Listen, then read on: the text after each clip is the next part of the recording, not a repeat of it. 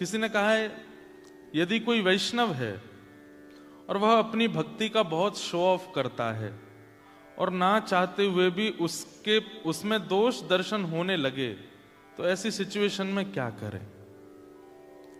कभी मन में विचार आता है ये इतना ओवर एक्टिंग क्यों करती या करता है?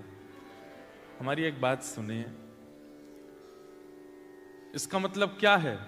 आप स्वयं को विशेष वैष्णव माने बैठे हो, इसलिए दूसरे की वैष्णवता में आपको शो ऑफ दिखाई, भले ही वो कर रहा है, लेकिन आप स्वयं को भी माने बैठे हैं, इसीलिए आपको दूसरे के प्रति ये भावना आ रही है कि ये तो शो ऑफ है, ये तो दिखावा है, ये तो एक्टिंग है, ये तो ओवर एक्टिंग है, आदि आदि। पहले स्वयं को सुधारो, पहले स्वयं को ठीक कीजिए। व्यक्ति जब स्वयं वास्तविक बनता है ना, तो उसकी दृष्टि में फिर कोई दोष युक्त नहीं रहता। जैसे सहज व्यक्ति होते ना, सरल व्यक्ति। एक कथा आप लोगों ने सुनी कि नहीं? हमने कथा में सुनाई है, भोंदू की कथा सुनी है? कितने लोगों ने सुनी? हाथ ऊपर करो। सब ने सुनी है, लेकिन जो रह गए बेचारे वो सुन लेना। भक्ति का मतलब क्या होता है? सरल। भक्ति का मतलब क्या होता है? सहज।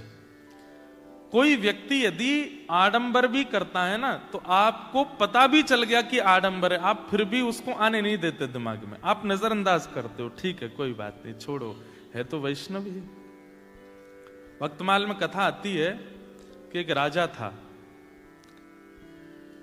उस राजा को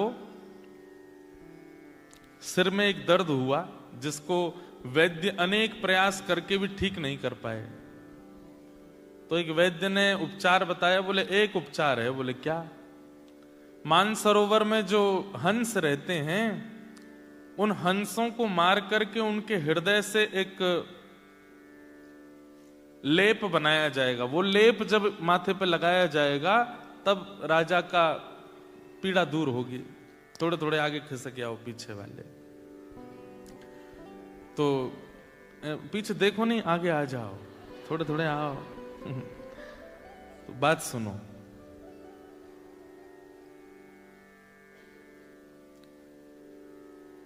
राजा ने अपने सब सैनिकों को आज्ञा की, मानसरोवर जाओ और वहां से हंसों को पकड़ के लाओ, मेरा दर्द ठीक होना चाहिए।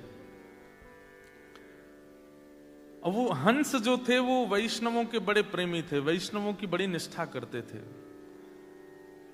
ठाकुर जी भी वैष्णव निष्ठा करने वाले से बड़ा प्रेम करते हैं। जो वैष्णवों की सेवा करता है, भक्तों की सेवा करता है, उससे ठाकुर जी को बहुत प्रेम होता है। हमारे अष्टसखा कहते हैं, गिरधर जब अपनों करी जाने, ठाकुर जी ने हमको अपना लिया, ये कब जानो? बोले ताको मन भक्तन की सेवा। जिसका मन भक्तों की सेवा में बहुत लगता है, समझो ठाकुर जी ने उसको अपना लिया है। ठाकुर जी की सेवा से ज्यादा मन लगता है ठाकुर के भक्तों की सेवा में, समझो कि ठाकुर जी ने उसको अपना लिया। ऐसा अष्टसखा कहते हैं। तो उन हंसों से ठाकुर जी बहुत प्रेम करते थे, क्योंकि वो वैष्णवों की बड़ी सेवा करते थे। जब कभी भी मानसरोवर पर कोई संत आते, वैष्णव आते, भक्त आते, तो ये हंस जाते थे, उनको प्रणाम करते थे, उनको वंदन करते थे। और आज इन्हीं हंस को पकड़ने के लिए राजा के सैनिक आ रहे हैं। सैनिकों को देख करके हंस वहां से भाग गए। हंस बहुत कम दिखते हैं ही नहीं, अभी केवल मानसरोवर में, वहां पे भी सबको दर्शन नहीं होते। तो सैनिकों को पता चला कि ये हंस जो है ये संत महात्माओं के हाथ से दाना चुगते हैं। इसका मतलब है कि भगवा भेषधारी इनको प्रिय लगते हैं। हम सब सैनिकों के भेष में आए इसलिए दूर भाग रहे हैं, भगवा भेष पहन लो। क्या किया? आडंबर। हैं सैनिक, लेकिन बन करके कैसे आए? जटा जूट बांध करके, तिलक फोटा लगा करके, धोती वोती पहन करके, संत जैसा हाथ में करताल लेकर के नारायण नारायण करके मानसरोवर पर सैनिक आ गए। तो उनको देख करके हंस ने दूसरे हंस से कहा, देखो संत आए हैं, प्रणाम करने चलो। तो दूसरा हंस बोलता है, ये संत नहीं है, ये वही हैं जो कल हमको पकड़ने आए थे, जो हमको मारने ले जाने वाले हैं, ये वही आए हैं। तब पहला हंस कहता है, बोले कि मुझे भी पता है ये वही हैं, लेकिन इनकी भेष देखो, इनकी वेशभूषा देखो, इनका स्वरूप देखो, ये तो संत के रूप में आए हैं ना। और हमारा आज तक नियम रहा है कि हम संतों को प्रणाम करते हैं, भले ही वो व्यक्ति भले ही वो व्यक्ति शुद्ध नहीं है, लेकिन उसके वस्त्र तो शुद्ध है ना, इसलिए हमको प्रणाम करने जाना चाहिए। और दोनों हंस जानते हुए भी कि ये दोनों ये सैनिक हैं, ये संत नहीं है, फिर भी उनको प्रणाम करने गए। और जैसे ही प्रणाम करने लगे, उन सैनिकों ने तुरंत अपना चोला हटा दिया और हंसों को बंदी बना करके जाले में बांध करके ले गए राजा के यहां। ठाकुर जी इस लीला को देख रहे थे। बहुत ध्यान से सुनना, जिन्होंने ये पत्र दिया वो तो बहुत ही ध्यान से सुनो। ठाकुर जी इस लीला को देख रहे थे और लक्ष्मी जी से बोले, देखो ये दोनों जानते थे कि ये सैनिक हैं, संत नहीं है, लेकिन केवल उनकी वेशभूषा संतों की थी, इसलिए चले गए और प्रणाम। देखो भैया, किसी को आगे करना है व्यवस्था, धीमे धीमे बोलना नहीं, हाँ बहुत धीमे धीमे, हमारा बहुत डिस्ट्रक्शन हो जाता है। फिर क्या बता रहा था? हाँ, लक्ष्मी से भगवान बोले, देखो ये दोनों जानते हैं कि ये संत नहीं है, सैनिक हैं, लेकिन फिर भी अपने जान की बाजी लगा करके प्रणाम करने गए, क्योंकि उनके वस्त्र संतों के थे, रसिकों के थे। लक्ष्मी जी बोली, अब क्या होगा?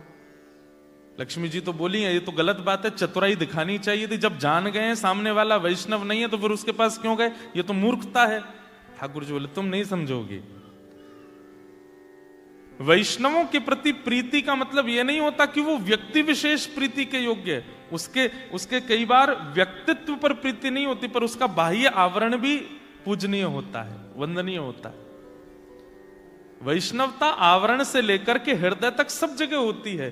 किसी का हृदय नहीं होता, लेकिन बाहर का आवरण है तो उसको भी प्रणाम करना चाहिए। भगवान बोले, अब इनकी रक्षा करने मैं जाऊंगा। और ठाकुर जी राजा के यहाँ एक वैद्य बन करके पहुंच गए और बोले, देखो राजन, इन हंसों को मत मारो, मेरे पास एक औषधि है, मैं औषधि लगाऊंगा, और औषधि लगाती अगर तुम्हारी पीड़ा दूर ना हो जाए तो कहना, लेकिन अगर पीड़ा दूर हो जाए तो इन हंसों को वापस छुड़वा देना। ठाकुर जी ने अपने हाथ से पे लेप बना करके राजा को लगाया, राजा की पीड़ा दूर हो गई। राजा बड़ा प्रसन्न हो गया। वैद्य को खोजो, कहां है जो मेरा लेप बना के लाया था? ठाकुर जी तो अंतर ध्यान हो गए। तब हंसों ने बताया, बोले कि वो वैद्य कोई और नहीं, ठाकुर जी थे, क्योंकि हम जानते हुए भी तुम्हारे सैनिकों के हवाले हो गए, क्योंकि वो संतों के वेश में थे, इसलिए हमारी रक्षा करने स्वयं ठाकुर जी आए थे। समझ में आई कोई बात? क्या ये शो ऑफ दिखना, किसी के भक्ति के भाव में दोष दिखना, या किसी के प्रति ये भाव रखना कि ये तो केवल पॉपुलैरिटी के लिए या फिर केवल लोगों को दिखाने के लिए भजन करता है, एक बात हमारी बहुत ध्यान से सुन लीजिएगा। ये माथे पर उर्धपुंड अगर विराजमान है ना, तो ये बात निश्चित है कि वो किसी रूप में ठाकुर जी के द्वारा स्वीकार किया जा चुका है। आप उसमें दोष मत देखो। आपको दोष दिख रहा है, वो देखिए, अगर कोई वैष्णवता केवल आवरण और केवल आडंबर के लिए धारण करता है तो उसकी सजा ठाकुर जी देंगे। आप क्यों दे रहे हो? आप तो प्रणाम ही करो, आप तो उसको वंदन ही करो। कोई व्यक्ति भक्ति का आश्रय केवल लोगों के बीच में अपना जमावड़ा बनाने के लिए करता है, आप उसमें दोष मत देखो, आप केवल उसको प्रणाम करो, ठाकुर जी न्याय करेंगे उसका। अच्छा, तेने हमारी भक्ति का केवल पोशाक पहनी लोगों को दिखाने के लिए, आचरण में नहीं लाया, ठाकुर जी देख लेंगे, आप मत देखो। क्योंकि भैया, अगर इस प्रकार व्यक्ति के मनस्थ पर आप लोग चिंता, अब कल हमने कथा सुनाई थी बरसाने में, जब कल सुनी फिर भी ये प्रश्न किया आपने, तो ये इसका मतलब कल सुनी नहीं आपने, जिनका भी ये प्रश्न है। अब कल वहां पर जब राधा बाबा ने भेजा कि जाओ जाकर के रोटी लाओ, तो वो कैसे थे? खटिया पे पड़े थे, 2 जूते पहन के मटका रहे थे। वहां सुंदर सुंदर फिल्म सितारों के चित्र लगे थे, राजनेताओं के चित्र, फिर भी उनकी रोटी पाई। बाद में खोजने पर पता चला कि वो बाह्य रूप से तो बस दिखावा कर रहे थे कि लोग मुझसे दूर हों, अंतरंग भाव को छुपा रहे थे। तो हमारी आपसे प्रार्थना है, जिसके प्रति भी आपको शो ऑफ की भावना लगी है, अब ये तो हमारे प्रति भी हो सकता है, महाराज जी बड़े हैं, धुआंधार कपड़ा, बिल्कुल सफेद पहन के, बालों में हाथ फेरते हुए आते हैं, कथा वथा करते हैं। ये तो, और आप लोग हंस रहे हैं, पर कईयों को दोष दिखता है, कईयों को लगता है, बोले कि ये तो केवल पाखंड है, इनका क्या है, तो अपनी क्या बोलते हैं उसको, दुकान खोल के बैठे हैं, लोगों को बुला रहे हैं या कर रहे हैं, लोगों को दिखता है। देखिए एक बात सुनो, वास्तव में वैष्णव दर्शन कहते किसको है? आपको माथे पर तिलक दिखाई दिया, गले में कंठी दिखाई दी, वस्त्र पहने हैं, धोती पहनी है, संत है तो जटाजूट है, नहीं तो शिखा है, वैष्णव आवरण दिखाई दे रहा, आप समझते हो कि यही वैष्णवता है? नहीं। हमारे ब्रज में एक बहुत अच्छी कथा याद आई है, ध्यान से सुनना। हमारे ब्रज में एक रसिक संत थे, निम्बार्क संप्रदाय के, श्री भट्ट देवाचार्य जी। तो वैष्णव रूप में रहते थे, द्वादश तिलक लगाते थे, और द्वादश तिलक लगा करके, अंकित करके, कंठी आदि पहन करके बढ़िया सुंदर सिंहासन पर बैठ के भजन करते थे। तो उनके बाह्य रूप को देख करके तो कोई भी आकर्षित हो जाता था। एक छोटा सा बालक उनके पास गया और दंडवत प्रणाम करके बोला कि महाराज, मुझे आपका तिलक बहुत अच्छा लगा, मुझे आपका स्वरूप बहुत अच्छा लगता है, आपकी बैठने की स्थिति, आपका बोलने का ढंग और आपकी नाम, ये सब चीज से मैं बड़ा आकर्षित हो गया हूं, मुझे आप गुरु दीक्षा दे दीजिए। तो श्री भट्ट देवाचार्य जी बोले, तुमको केवल हमारा तिलक, भजन, बोलने का तरीका और ये सभी प्रिय लगा है और तुम इसी से ही आकर्षित होकर दीक्षा लेने आ गए हो, 2 बार सोच लो। बोले मैंने सोच लिया, मुझे तो बस मेरे पलक झपकने का मन नहीं होता, आपको देखता रहूं, ऐसा लगता है कि आपका मुखमंडल कितना सुंदर है, आपके नेत्र कितने सुंदर हैं, आप कितने बढ़िया लगते हो, आप ही मुझे दीक्षा दे दीजिए। तो भट्ट देवाचार्य जी बोले ठीक है, मैं एक प्रश्न करूंगा, उसका उत्तर सही देना। बोले बताइए। बोले तुमको मेरे अलावा और क्या दिख रहा है? तो बालक बोला, आप दिख रहे हैं, आपका आसन दिख रहा है, आपका तिलक दिख रहा है, आपके सामने पोथी रखी है वो दिख रहा है, आपके हाथ में माला है, आपकी शिखा दिख रही है, आदि आदि जो जो बाह्य रूप था वो सब बता दिया। तो भट्ट देवाचार्य जी हंसे और बोले, अभी तुम दीक्षा के योग्य नहीं हो। चरणों में गिर गया, रोने लगा, बोले आप दे दीजिए ना दीक्षा, मैं और प्रयास करूंगा, अच्छा निखरने की कोशिश करूंगा। तो भट्ट देवाचार्य जी बोले, दीक्षा के बाद मैं कोई आज्ञा करूंगा तो तुम मानोगे? बोले हाँ मानूंगा। तो बोले मैं पहले आज्ञा कर देता हूं, बाद में दीक्षा दूंगा। बोले क्या आज्ञा है? बोले मानोगे? बोले पक्का मानूंगा। ध्यान से सुनिएगा। तो भट्ट देवाचार्य जी बोले,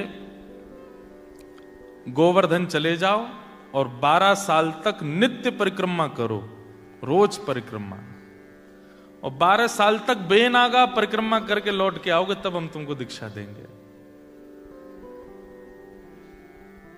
बालक बोला, छल लिया आपने तो मुझे। आपने कहा दीक्षा के बाद आज्ञा करूंगा तो भी मानना है, पहले कर देता हूं तो ये ऐसी आज्ञा करिए, मतलब 12 साल तक तो मैं कुछ कर ही नहीं सकता।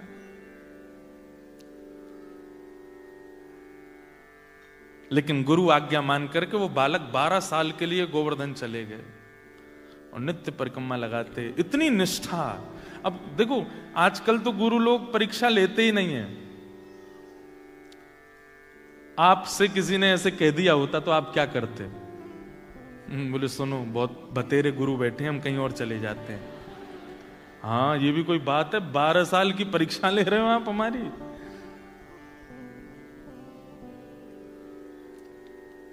तो चले गए, वो बालक भी चला गया। गुरुजी 2 प्रकार से परीक्षा ले रहे थे, निष्ठा देखूं, निष्ठा कैसी है, मानता है कि नहीं, और फिर 12 साल के तप से जो परिवर्तन आएगा दृष्टि में, उससे इसी का भला होगा। तो 12 साल के लिए वो बालक चला गया, गिरिराज जी की रोज परिक्रमा करी और गिरिराज जी से रोज प्रार्थना करते, हे गिरिराज बाबा मुझे योग्य बना दो कि मैं अपने गुरु से दीक्षा ले सकूं। 12 साल बाद वो बालक आया। अब तो वो बड़ा हो गया था, गुरुजी प्रणाम, आपने आज्ञा की थी 12 साल परिक्रमा की, मैं पूरी करके आ गया हूं, अब मुझे दीक्षा दे दो। गुरुजी बोले 12 साल हो गए? बोले हाँ। अरे मेरा लाला, अच्छा बैठो, बताओ अब तुम्हें क्या दिख रहा है? बोले गुरुजी पहले तो केवल आप एक मानव जैसे दिख रहे थे, लेकिन आज आपके श्री अंग से ऐसा लग रहा है मानो जैसे सूर्य के समान तेज प्रकट हो रहा हो। आपका तिलक ऐसा लग रहा है मानो स्वर्ण मंडित कुछ माथे पर विराजमान हो। आपके रों कूप में ऐसा लग रहा है मानो जैसे कोई दिव्य दिव्य वेद ध्वनि प्रकट हो रही हो। खूब महिमा मंडन किया। बट देवाचार्य जी बोले अच्छा बेटा एक काम करो। बोले क्या? 12 साल के लिए फिर जाओ। बोले गुरुदेव ये क्या? बोले अभी जो तुमको दिखना चाहिए वो दिखा नहीं है, और जब तक वो दिखेगा नहीं मैं दीक्षा दूंगा नहीं। बहुत रोए, बोले कि भगवान ऐसा मत करो, मैं बहुत तड़प के आया हूं। बोले जो भी हो, अगर मुझसे दीक्षा चाहिए तो 12 साल और जाओ। वो बालक फिर से गया। 12 साल, 24 साल, 12 साल पहले और 12 साल अब, बेनागा गिरिराज जी की परिक्रमा रोज की, केवल गुरु को जीवन में लाने के लिए। हम ठाकुर जी को जीवन में लाने के लिए तप नहीं करते। वृंदावन जाते हैं, शॉपकीपर से कहते हैं हाँ भाई कितने के हैं गोपाल जी? 5000 रुपए। थोड़े कम कर लो यार, ऑस्ट्रेलिया से आए हम। भैया एक बात हमारी ध्यान से सुनिएगा, भजन, भक्ति, गुरु, वैष्णव, ठाकुर जी, ये सहजता से अगर जीवन में आ गए ना, आप उनकी सेवा फिर निपुणता से करोगे नहीं। इसलिए मूल्यवान वो मोल से आने चाहिए, वो मेहनत से आने चाहिए, वो तप से आने चाहिए, तभी आप उनका मूल्य समझोगे। 24 साल हो गए। अब वो बालक नहीं रहा है, अब तो वो बड़ा हो गया, आयु उसकी खूब हो गई। आया, प्रणाम किया, बोले गुरुदेव 24 वर्ष की तपस्या पूरी हो गई, अब आज्ञा कीजिए। गुरुजी बोले बैठो सामने, बताओ अब क्या दिख रहा है? बोले गुरुदेव ऐसा लगता है कि आप कोई सहचरी हैं, आप कोई ठाकुर जी की नित्य दासी हैं। आप अभी तक मुझे पुरुष रूप में दिखते थे, पर ऐसा लगता है कि आप ब्रज की कोई गोपी हो, और आप अभी अभी दही मत करके आए हो, और दही से निकले हुए जो माखन के लोना है वही आपके मुखमंडल पर छींटे के रूप में दिख रहे हैं। जो पहले तिलक दिख रहा था, अब उसको वो कुछ और दिख रहा था। गुरुजी बैठे बैठे प्रसन्न हो रहे थे, खुश हो रहे थे, और बोले आप अभी ऐसे लग रहे हो कि जैसे मानो ठाकुर जी वेणुनाद कर रहे हैं और आपको अपनी लीला में बुला रहे हैं, और आप बस तुरंत मेरे से मुक्त होकर के सीधे वहीं जाने को तत्पर बैठे हैं। ऐसा लगता है कोई दिव्य लीला हो रही है, और आप उस लीला की एक गोपी हैं। ये कोई आडंबर नहीं था, ये सत्यता थी, ऐसा ही दिख रहा था उसको। बट देवाचार्य जी बोले बेटा, बोले जी गुरुदेव, बोले 12 साल के लिए जाओ गोवर्धन। लेकिन अब की बार वो रोया नहीं, वो समझ गया कि नहीं, मेरी योग्यता अभी बनी नहीं है। फिर भी कहा गुरुदेव मैं जान सकता हूं क्या मुझे जो दिख रहा है वो सत्य नहीं है? बोले सत्य है, लेकिन तूने आते ही कहा कि 12 साल की तपस्या पूरी हुई। ये 12 वर्ष की तपस्या का एक अभिमान तेरे चित्त में है, एक बार और जाओ। कितने 12 थोड़ी, अब तो कितने हो गए? 24 वर्ष हो गए। फिर से गया, 12 साल फिर गिरिराज जी की परिक्रमा करी, और जैसे ही 36 वर्ष हो गए, लौट करके जब आए, श्री भट्ट देवाचार्य जी अपने आसन पर बैठे थे, और सामने से वो जैसे ही आया, आते अब कुछ बोला नहीं, अब कुछ कहा नहीं, बस नेत्रों से अविरल अश्रुधारा गिरी। भट्ट देवाचार्य जी बोले कहो बालक, क्या कह रहे हो? बोले नाथ, ऐसा लगता है कि मानो मेरे सामने साक्षात यशोदा मैया बैठी हैं, और उनके एक एक गोदी के ऊपर साक्षात किशोरी जी बैठी हैं और दूसरी गोदी में साक्षात श्री लाल जी बैठे हैं। श्री प्रिया लाल जी को गोद में लेकर के मानो जैसे यशोदा जी बैठी हैं, मानो जैसे कीर्ति मैया मेरे सामने बैठी हैं, मानो जैसे साक्षात कोई गोपी दोनों युगल सरकार को लेकर के बैठी है। तुरंत भट्टदेवाचार्य जी अपने आसन से उठे। युगल गोदी में दिखे ना? बोले हाँ। बताओ ठाकुर जी का रूप कैसा है? बोले कटाक्ष नेत्र हैं, मंद मंद मुस्कार हैं, थोड़ी थोड़ी दतुइयां दिख रही हैं। श्री जी का रूप कैसा है? बोले बिल्कुल कमलांगी हैं, कमल जैसा अंग है, सुंदर कटाक्ष नेत्र हैं, धीमे धीमे श्याम सुंदर को देख रही हैं। जब बिल्कुल विश्वास हो गया कि हाँ यही दिख रहा है, तुरंत भट्टदेवाचार्य बोले अब दीक्षा दूंगा, यही दिखाना था। अभी तक तुमको केवल मैं दिखा, अभी तक मेरी योग्यताएं दिख रही थी, अभी तक मेरा प्रभाव दिख रहा था, लेकिन वास्तविक दर्शन अब हुआ, अब तुम्हें दीक्षा देंगे। और वही हमारे ब्रजमंडल के एक अद्भुत रसिक बने वो बालक, और उनका नाम हुआ हरिव्यास देवाचार्य। क्या नाम हुआ? हरिव्यास देवाचार्य। उन्होंने बड़े अच्छे अच्छे पद गाए। था तो नाम उनका हरिव्यास देवाचार्य, लेकिन उनके पद में वो अपना नाम आता है ना, सबका सूरदास जी का नाम आता है, कुंभनदास जी का नाम, उनके पद में नाम आता है हरिप्रिया। उन्होंने अपना नाम रखा हरिप्रिया। ये है संत दर्शन। हमको तिलकधारी, धोतीधारी, चोटीधारी, वैष्णव, तुलसीधारी में दोष दिख रहा है, और यहां देखिए एक आचार्य चरण 36 वर्ष तप करा करके अपनी गोद में ठाकुर जी दिखा रहे हैं।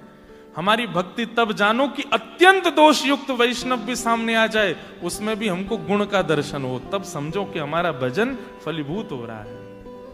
कोई आपसे आकर के कहे, बोले वो सिडनी वाले भैया है ना, वो पूरे दिन नाम जप करते रहते हैं, बोले हाँ अरे वो ऐसे ही हैं, वो ऐसे ही हैं, उनकी बातें ऐसी हैं, उनके काम ऐसे ही हैं, आदि आदि सब बातें। लेकिन आपके मन में क्या है? भैया देखो मेरे सामने उनकी निंदा मत करो। ठीक है वो होंगे जैसे भी हों, पर मुझे उनके बारे में ऐसा मत बोलो। ऐसी स्थिति जब हो जाए, दोष अन्यस्य दोष गुण चिंतनमाश मुक्त्वा, दूसरे के दोष और गुण सुनने में आपकी रुचि बंद हो जाए, तब समझो कि आप वैष्णव हो, आप भक्त हो। अरे मेलबर्न वाली है ना, वो ऐसे ऐसे करती है, अच्छा मुझे लग तो रहा था पहले से। उसी समय आपने अब तक जितना भजन किया ना, सब नष्ट हो जाता है। अरे भैया उसको न्याय ठाकुर जी देंगे, आप उसमें दोष मत देखिए, आप उसमें कुभाव मत देखिए। हम कथा करते हैं तो कई अन्य कथाकार वो कभी कभी कुछ गलत भी बोलते हैं, ये तो ऐसे हैं, ये तो वैसे हैं। अब मुझे कोई आके बोलता, बोल महाराज जी वो वाले महाराज जी आपके लिए ऐसा ऐसा कह रहे थे, तो मेरे मन में भाव आता, मैं देखो एक मेरी बात सुनना भाई, वो भी कथा करते हैं ना, बोले हाँ उनको व्यासपीठ मिली है, इसका मतलब क्या? उनमें कोई गुण है, ठाकुर जी ने कोई गुण देख के उनको व्यासपीठ पर बैठाया है। इसलिए वो क्या कहते हैं मुझे उसकी चिंता नहीं, पर वो स्मरण तो करते हैं ना मेरा, भले ही दोष भाव से करते हैं, उनको याद तो आती है ना हमारी, आने दो। ऐसे विचार बनाओ, ऐसा एक हरि व्यास उनका एक पद सुना दें, जिनकी 36 वर्ष की तपस्या थी। 36 वर्ष में वास्तव में गुरुजी ने उनको हरिव्यास देवाचार्य बनाया। उनका एक बहुत सुंदर, ऐसे तो बड़े सुंदर सुंदर पद हैं उनके, लेकिन एक बहुत सुंदर पद है, जीवन धन राधा वल्लभ लाल, जीवन धन राधा वल्लभ लाल, जीवन धन राधा वल्लभ लाल, जीवन धन राधा वल्लभ लाल, कृष्ण वल्लभा रसिक राधा, कृष्ण वल्लभा रसिक राधा। एक बात सुनिए, मुझे बहुत आश्चर्य हो रहा है कि मैं ऑस्ट्रेलिया में ये सब भाव सुना रहा हूं। ये ढूंढने से नहीं आते, भारत में कई जगह पर कथा करने पर निश्चित ही आपको अभिमान हो इसलिए नहीं बोल रहे हैं, यहाँ जरूर वैष्णव रसिक जन बैठे हैं, तभी ये भाव प्रकट हो रहे हैं, तभी ये भाव आ रहे हैं। गाइए मेरे साथ में, बहुत अच्छा स्वर है आपका। कृष्ण वल्लभा रसिकनी राधा, कृष्ण वल्लभा रसिकनी राधा, कृष्ण वल्लभा रसिकनी राधा, कृष्ण वल्लभा रसिकनी राधा, वारिज बदने बाल परम धन राधा वल्लभ लाल, परम धन राधा वल्लभ लाल, जीवन धन राधा वल्लभ लाल, जीवन धन राधा वल्लभ लाल।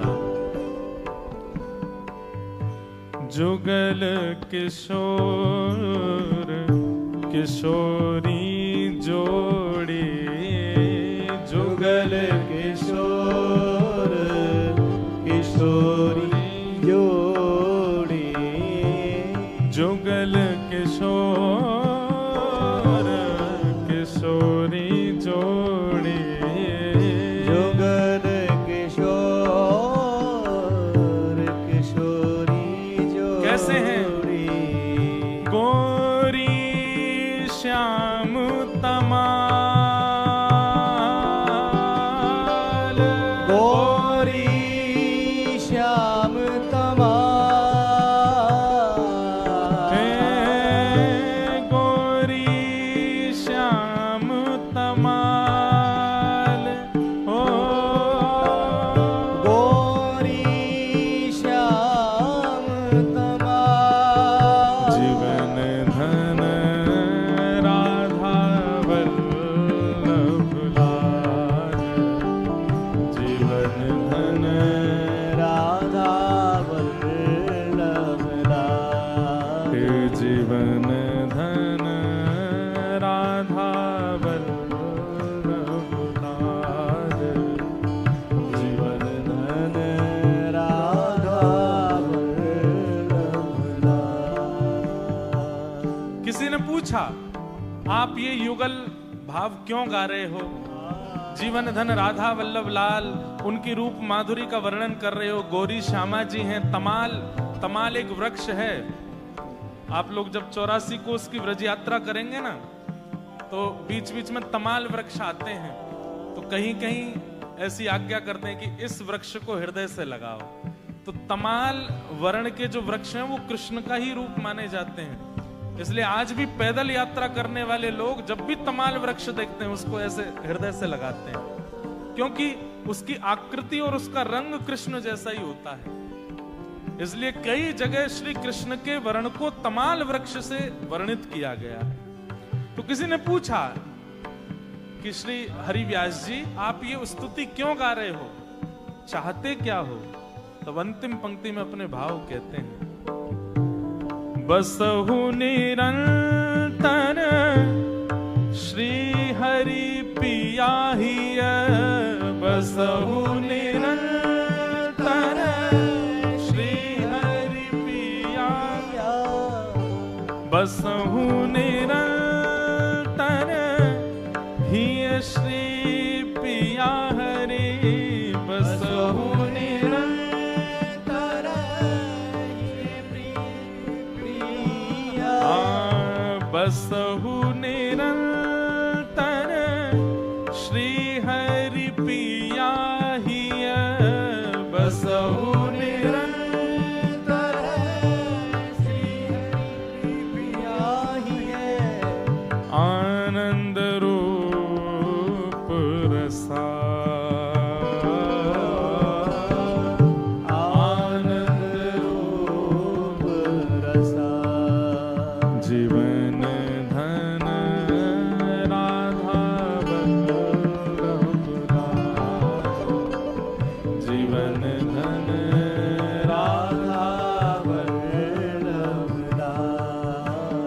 परम धन राधा वल्लभ लाल, परम धन राधा वल्लभ लाल। हे जीवन धन राधा वल्लभ लाल, जीवन धन राधा वल्लभ लाल।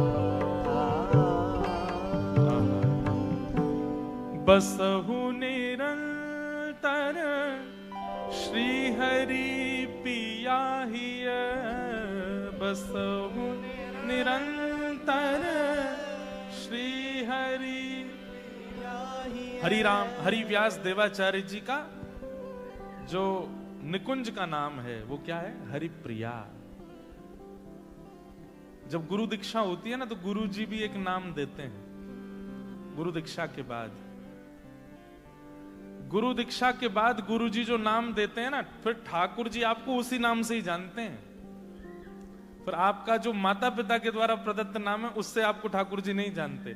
इसलिए हमारे यहाँ नियम कहते हैं कि जब दीक्षा हो जाए तो गुरु जी जो नाम दें, पूरी दुनिया में तो आप माता पिता वाले नाम को रखो, जॉब में भी उसी नाम को रखो, सोशल अकाउंट पे भी उसी नाम से रहो, दुनिया में उसी नाम से जाओ, पर जब जब ठाकुर जी के सामने जाओ अपने गुरु द्वारा प्रदत्त नाम से ठाकुर जी को प्रणाम करो। हे नाथ, हरिप्रिया दासी का आपको प्रणाम। अब नाम आपका भले ही कुछ भी है, लेकिन गुरु जी ने हरिप्रिया दासी रखा है तो उसी नाम से प्रणाम। बड़े बड़े रहस्य हैं भैया।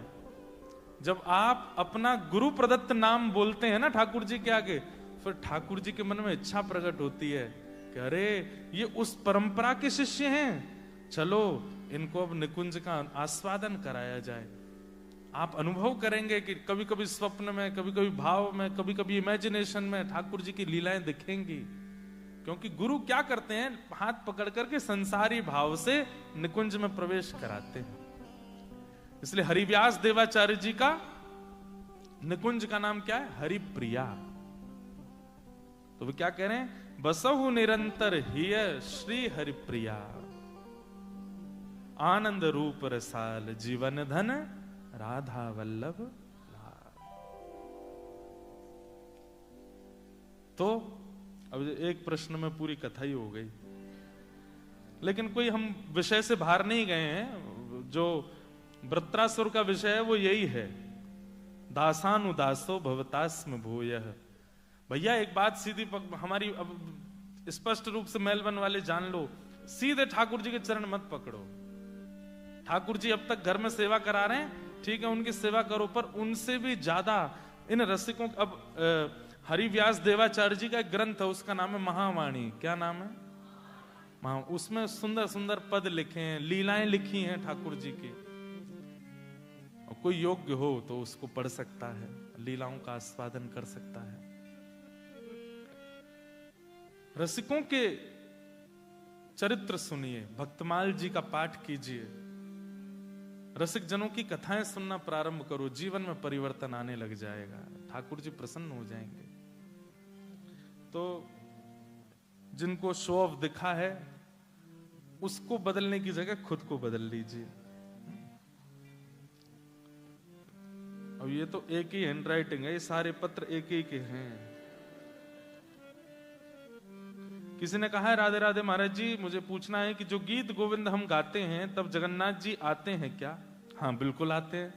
श्री भक्तमाल जी में नाभा गोस्वामी कहते हैं, ता सुनवे राधा रमण अवश्य पधारे। बल्कि वहां तो शब्द राधा रमण है, राधा रमण जगन्नाथ जी एक ही बात है। अगर कोई व्यक्ति गीत गोविंद का पाठ करता है,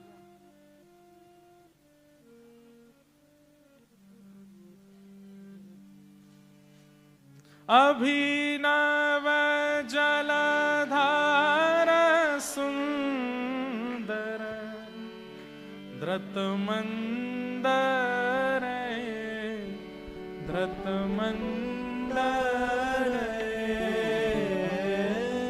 श्रीमुख चंद्र चकोर जय जय देव। अब देखो, बुरा नहीं मानना, जिनको याद नहीं है वो ऐसे देख रहे हैं, ये हुआ क्या? ये इन्होंने एक लाइन गाई, सब क्यों गाने लगे? लेकिन जिनको याद है उनके रोंगटे खड़े हो गए और उनको अनुभव हुआ कि जगन्नाथ जी आ गए और तुरंत उपस्थित हो गए। ये गीत गोविंद है,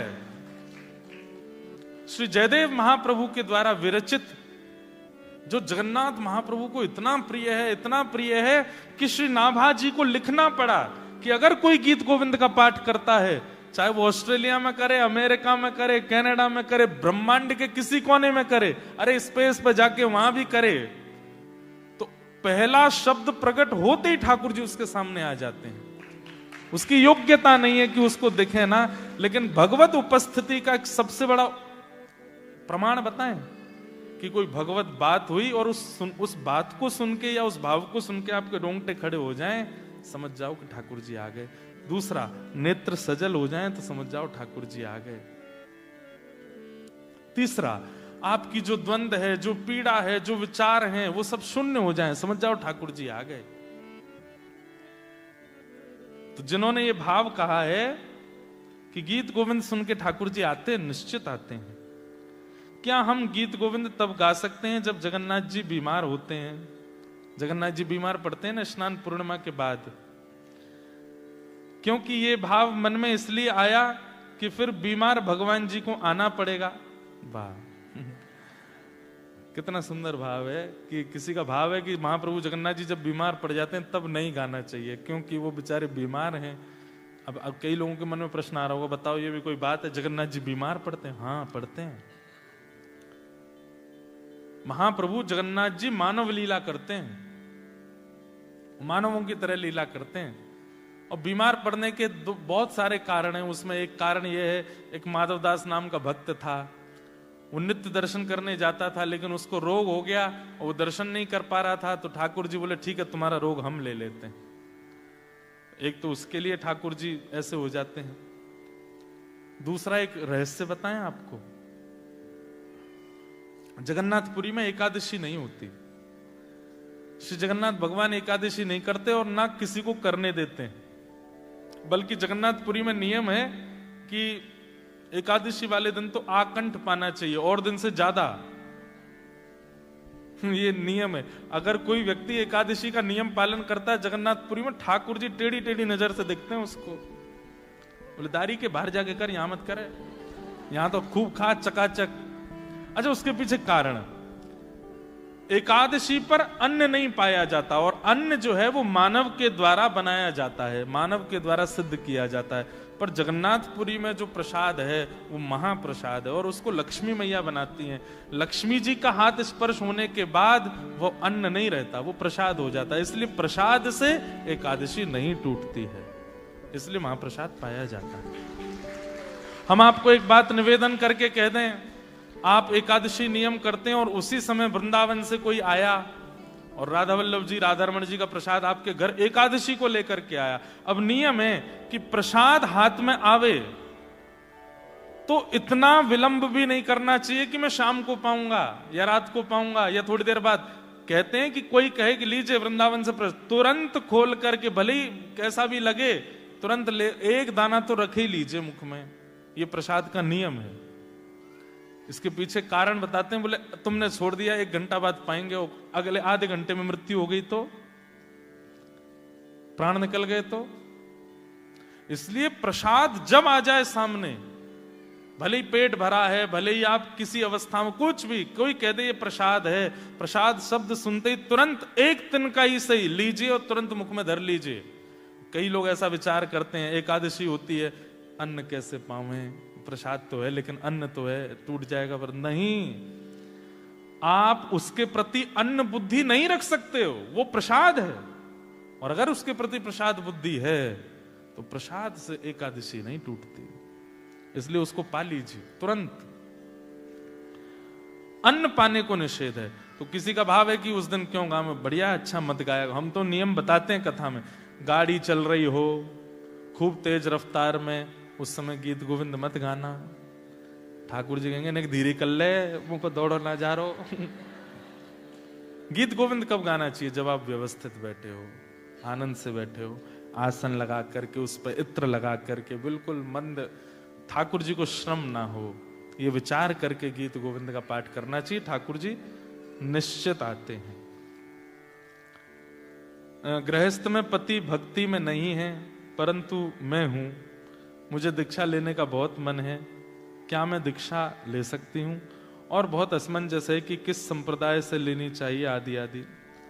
पहली बात, असमंजस व्यक्ति को दीक्षा नहीं लेनी चाहिए।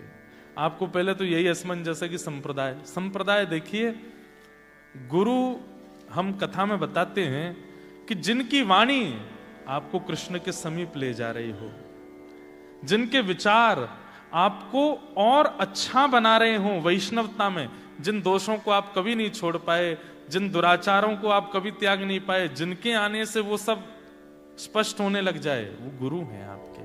फिर चाहे वो जिस संप्रदाय से हो, आप उनकी शरणागति ले सकते हैं। लेकिन अगर पति अनुकूल नहीं है, उनके भाव नहीं है, तो प्रतीक्षा करो, किशोरी जी से प्रार्थना करो, मानसिक गुरु बना लीजिए किसी को, क्योंकि फिर बेवजह द्वंद्व होगा घर में और फिर अपराध गुरु जी को भी लगेगा। इसलिए किशोरी जी से प्रार्थना करो, इनको हम अपने मन से गुरु मानते हैं, ये हमारे मन से गुरु बने रहें। अब जब पति अनुकूल हो जाएगा तब हम देह की दीक्षा कर लेंगे, ठीक है? शरीर की दीक्षा तो तब तक नहीं करनी जब तक व्यवस्था अनुकूल ना लगे। बहुत सारे प्रश्न हो गए, सबको प्रणाम है, क्योंकि बाकी सारे प्रश्न ऐसे हैं जिनका उत्तर हम दे ही देते हैं, और जिनके रह गए हैं हम रात में सब रीड आउट करेंगे। कल कथा क्रम में ही आपके उत्तर मिल जाए, ऐसी प्रार्थना रखेंगे। दासानुदासो भवतास्मि भूयः। इस 3 दिन के सत्र से आपको यही निर्माण करना है कि ठाकुर जी के दासों के प्रति आपके दासत्व की भावना आवे,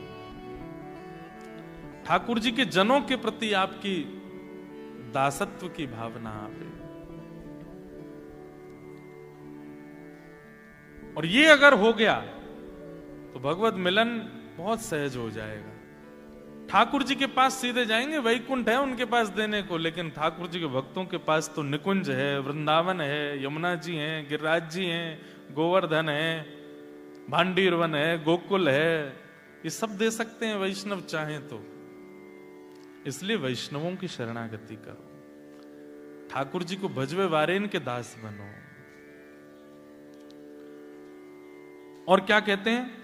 मनस्मरेता सुपतेर गुणांस्ते गृणीत वा कर्म करो तुकाय। वृत्रासुर कहते हैं कि नाथ, एक तो मुझे आपके दासों का दास बना दीजिए, और क्या कीजिए? बोले मेरा मन सदैव आपका स्मरण करता रहे, आपके गुणानुवाद मेरी जिह्वा गाती रहे, आपके ही गुणानुवादों को मैं सुन करके अपने कर्म से, अपनी काया से कर्म करूं, हाथों से सेवा करूं, पैरों से प्रदक्षिणा करूं, मेरा सर्वांगीण अंग आपकी सेवा में लग जाए। नाथ ये कृपा करो। इसका मतलब क्या है? सर्वांगीण अंग को सेवा में लगाने की क्षमता ठाकुर जी नहीं दे सकते, वैष्णव दे सकता है, भक्त दे सकते हैं। ठाकुर जी के जो वैष्णव हैं वो दे सकते हैं। दर्शन को नैना तपे, वचन सुनन को कान, मिलवे को हियरा तपे, हिय के जीवन प्राण, गोवर्धन वासी सावरे, गोवर्धन वासी सावरे। जैसे आंखों को दृश्य चाहिए, कानों को स्वर चाहिए, जीव को रस चाहिए, हाथों को स्पर्श चाहिए, और पैरों को नरमता चाहिए चलने के लिए, सब विभाजित हैं। आंख कुछ और चाहती है, कान कुछ और चाहते हैं, जीभ कुछ और चाहती है, नासिका कुछ और चाहती है, त्वचा कुछ और चाहती है, हाथ कुछ और चाहते हैं, पैर कुछ और चाहते हैं। लेकिन भक्ति पथिक तो तब माने जब नेत्र से लेकर चरण तक सब केवल कृष्ण को चाहे। आंख केवल कृष्ण को देखना, कान केवल कृष्ण को सुनना, जीव केवल उनके प्रसाद का आस्वादन, त्वचा केवल उनका स्पर्श और पैर केवल उनकी प्रदक्षिणा। समझ रहे हैं हमारी बात? अभी क्या होता है, यहां बैठे कई भक्तों में ऐसी स्थिति होगी, कई लोगों को ठाकुर जी के दर्शन करने में आनंद नहीं आता। उनसे कहो बिहारी जी चलो, अरे कहा करना, बहुत भीड़ है, धक्का पड़ेंगे, ये होगा वो होगा। अच्छा कथा सुनने चलो, अरे क्या सुनना वहां बैठ के, क्या नींद आने लगती है हमको तो। नेत्रों में भक्ति नहीं है, कानों में भक्ति नहीं है, लेकिन उनसे कहो अरे देखो श्री राधा वल्लभ लाल जी का प्रसाद आया, हाँ प्रसाद पवा दो भैया, वृंदावन जाओगे पेड़ा जरूर लेकर के आना। जीव में भक्ति है, मतलब जीव कृष्ण रस चाहती है पर नेत्र नहीं, कान नहीं। ऐसी क्या होता है, हम सब अपने अंदर देख, आप सब लोग विचार कीजिए, ऐसी कौन सी इंद्रिय है हमारी जो कृष्ण भक्ति में नहीं है। किसी किसी को सेवा की बड़ी रुचि होती है, ऐसा श्रृंगार करते हैं ठाकुर जी का कि बस पूछो नहीं, इतने प्यारे लगते हैं। किसी किसी के ठाकुर जी घर में जाते हैं जब देखने के लिए, ऐसी सुंदर सुंदर नई नई पाग पहनाएंगे, ऐसे सुंदर पत्रावली करेंगे, सुंदर सुंदर जड़ाऊ पोशाक पहनाएंगे, लेकिन केवल श्रृंगार में रुचि है। उनसे कहो कथा सुनो, कथा में रुचि नहीं, श्रृंगार में रुचि है। कई लोगों की कथा में बड़ी रुचि होती है, कथा सुनना अच्छा लगता है। अब कौन से महात्मा आ रहे हैं, अब कौन से संत आ रहे हैं, अब कौन से रसिक आ रहे हैं, अब कौन से भाव भक्त आ रहे हैं, कथा सुन लेंगे, लेकिन कथा में सुनाई गई बातों को इंप्लीमेंट बिल्कुल नहीं कर सकते, बस सुनने की रुचि है। वास्तविक भक्ति पथिक तब माने जब हमारी प्रत्येक इंद्रिय केवल कृष्ण रस चाहे। हनुमान जी महाराज पूरे दिन राम जी की सेवा में रहते, बहुत ध्यान से सुनना, लेकिन जैसी शाम होती तो राम जी कनक भवन की ओर जा रहे होते थे। पूरे दिन रहते बानरों के बीच में, सभा के बीच में, प्रजा के बीच में, लेकिन संध्या में तो वो फिर अपनी गृहिणी के पास और फिर निज जीवन जीते हैं जो बहुत प्राइवेट है, प्राइवेसी रहती है वहां पे। तो हनुमान जी महाराज शाम होते ही बड़े व्याकुल हो जाते हैं, बोले अब राम जी चले जाएंगे, अब राम जी अंदर चले जाएंगे, अंतःपुर में चले जाएंगे, और अंतःपुर में केवल सीता जी जाती हैं और कुछ सखियां जाती हैं, हम लोगों का तो प्रवेश वर्जित है। हनुमान जी बेचारे, उनका मन होता है मैं एक क्षण के लिए भी राम जी से दूर ना रहूं, लेकिन रात्रि होते ही राम जी जैसे कनक भवन में जाते हैं, हनुमान जी महाराज द्वार पर खड़े हो जाते हैं, और जब तक राम जी भीतर जाते दिखते रहते हैं, देखते रहते हैं, और जैसे ही राम जी कहीं मुड़े, दिखने बंद हुए, फिर हनुमान जी का रोना शुरू होता। दिन पूरी रात रोते रहते हैं जब तक राम जी सुबह आ ना जाएं, इतने व्याकुल। एक दिन हनुमान जी महाराज राम जी से बोले, भगवान आप रात्रि में हमको सेवा में ले चला कीजिए, हमको भी ऐसी कोई योग्यता दीजिए कि हम भी आपके अंतःपुर में जा सकें। तो राम जी बोले, देखो हमारा तो मन है कि तुम चला करो, लेकिन वो अंतःपुर है ना, वहां वो हमारी पत्नी है सीता जी, वहां हम राजा नहीं है, वहां हम भगवान नहीं है, वहां पर हम प्रभु नहीं है, वहां पे हमको फिर उसी भाव से रहना पड़ता है, तो इसलिए वहां बहुत सीमित लोग ही जाते हैं। हनुमान जी बोले, मैं उस रूप में भी आपको प्रभु ही मानूंगा, आप मुझे ले चला करो। बोले इसकी आज्ञा सीता जी देंगी, उनसे ही लो, हम हमारे बस में नहीं है अंदर का काम। सब पतियों की लगभग ऐसी स्थिति है, बाहर की आज्ञा तो सब दे सकते हैं, पर भीतर की आज्ञा तो पत्नी ही दे सकती है घर के। तो हनुमान जी महाराज के बड़े लाडले, सीता जी के बड़े लाडले हनुमान जी, सीता जी के चरणों में बैठ गए, बोले हे किशोरी जी, क्या बात है वत्स, माँ मुझे भी आज्ञा दीजिए ना, मैं भी कनक भवन में आया करूं, रात्रि की सेवा में मैं भी रहा करूं। ये सब सहचरियां भीतर जाती हैं, कोई चमड़ उड़ाती है, कोई पंखा करती है, कोई वीणा बजाती है, कोई भोग परोसती है, कोई कुछ, मुझे भी आप सेवा दीजिए ना, मैं भी रहूं। तो सीता जी बोली कितना अनुचित लगेगा, इतनी सखियों के बीच में एक बानर डोला है, ऐसे नहीं चलेगा। पूरे दिन राम जी तुम्हारे पास रहते हैं, थकते नहीं हो तुम? बोले कि अरे इसमें थकान हो जाए तो फिर हमारी भक्ति कैसे? हमें तो पीड़ा होती है कि रात क्यों हो जाती है, राम जी चले जाते हैं हमारी आंखों से दूर। मीराबाई का एक पद है, गाइए।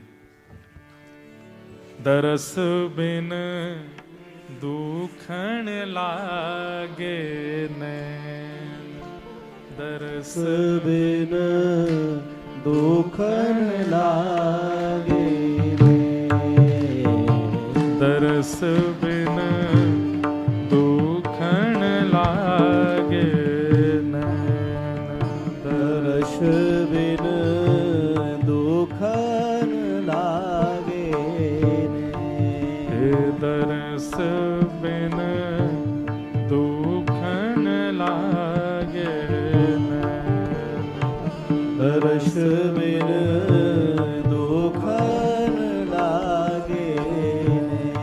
जब ते तुम बिछुड़े प्रभु मोरे, जब ते तुम बिछड़े प्रभु मोरे, जब ते तुम बिछुड़े प्रभु मोरे, जब ते तुम बिछड़े प्रभु मोरे, कबहु ना पायो चैन, कबहु ना पायो चैन, दरस बिन दुखन लागे नैन, दरस बिन दुखन लागे नैन। हमारे ऐसी स्थिति हमारी नहीं होती है।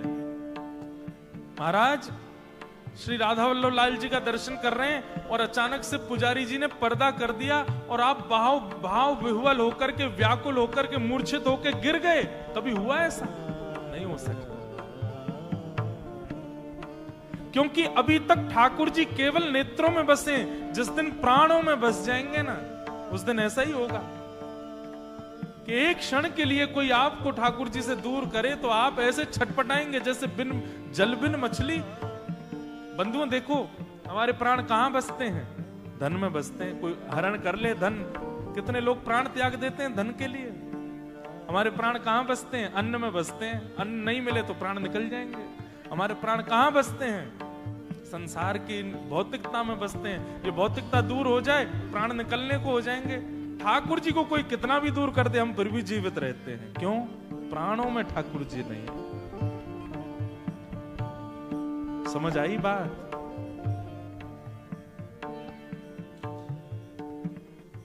मीराबाई के प्राणों में ठाकुर जी, सूरदास के प्राणों में ठाकुर जी हैं, भौंदू के प्राणों में ठाकुर जी हैं। ये जितने भक्तों के आप चरित्र सुनते हैं, इनके प्राणों में ठाकुर जी हैं। इसलिए ठाकुर जी के बिना ये रह नहीं सकते हैं। मछली के प्राण जल में बसते हैं, हमारे प्राण जिसमें बसते हैं उसके बिना ही हम छटपटाते हैं। ठाकुर जी के बिना छटपटाहट होती है? कभी नहीं होती, क्योंकि अभी प्राण बसे नहीं है। मीराबाई कह रहे हैं, विरह कथा कासू कहूं सजनी, विरह कथा कासू कहूं सजनी, बह गई करवत रे, बह गई करवत रे। मतलब मीराबाई कह रही है कि पूरी रात निकल गई, पूरा दिन निकल गया, अपना विरह किससे कहूं मैं। कल ना परत पल हरि मग जो बन, कल ना परत पल हरि मग जोवत। थोड़ा समझाऊं, हो सकता है नहीं समझ आ रही हो बात। मीराबाई कह रही है कल ना परत, मुझे चैन नहीं मिलता। तो क्या करती हो? बोले पूरे दिन उस राह को देखती रहती हूं। देखो, मीराबाई का एक नियम था। मीराबाई बहुत वर्षों तक वृंदावन गई नहीं थी, बहुत आयु के बाद वृंदावन गई थी मीराबाई। तो फिर इतना प्रेम कैसे? तो मीराबाई रोज अपने भवन की छत पर जाती और उनको पता था कि किस दिशा में वृंदावन है, और उस दिशा की ओर देखती रहती थी कि यहीं रहते हैं मेरे श्याम सुंदर, यहीं रहते हैं मेरे प्रियतम। आप सब लोग इतनी दूर ऑस्ट्रेलिया में रहते हो, एक बार मैप पे जाके देखिए कि आप जहां हो वहां से किस दिशा में वृंदावन है। रोज उस दिशा को ही प्रणाम कर लिया करो, रोज उस दिशा को ही वंदन कर लिया करो। मीराबाई अपलक नेत्रों से उस दिशा को देखती हैं जिस दिशा में वृंदावन है, और बस विचार करती हैं अब श्याम सुंदर आएंगे, अब श्री कृष्ण आएंगे, और इसी में ही पूरा दिन निकल जाता है। कल ना परत पल हर मग जो वत, कल ना परत पल हर मग जो वत, भई क्षमा शीर, ओ भई क्षमा शीरे, दरस बिन दुखन लागे, दरस बिन दुखन लागे, दरस बिन दुखन लागे, दर्श बिन दुखन लागे। मीरा के प्रभु कबहु मिलोगे, मीरा के प्रभु कबहु मिलोगे, मीरा के प्रभु कबहु मिलोगे, मीरा के प्रभु कबहु मिलोगे, मीरा के प्रभु कब रे मिलोगे, मीरा के प्रभु कबहु मिलोगे, मीरा के प्रभु कब रे मिलोगे, मीरा के प्रभु कब रे मिलोगे, दुख मेटन सुख देन, दुख मेटन सुख दे, दरस बिन दुखन लागे, दर्श बिन दुखन लागे, दरस बिन दुखन लागे, दर्श बिन दुखन लागे। तो हमारे प्राण जिसमें बसे हैं उसी के वियोग में ही प्राण छटपटाते हैं, ठाकुर जी में नहीं बसे, इसलिए ठाकुर जी का वियोग हमको व्याकुल करता भी नहीं है। मीराबाई को किसी ने कहा कि मीराबाई तुम रोज पत्र लिखा करो ठाकुर जी को। तो मीराबाई एक दिन बैठी पत्र लिखने के लिए। शाम को किसी ने पूछा लिखा तुमने पत्र?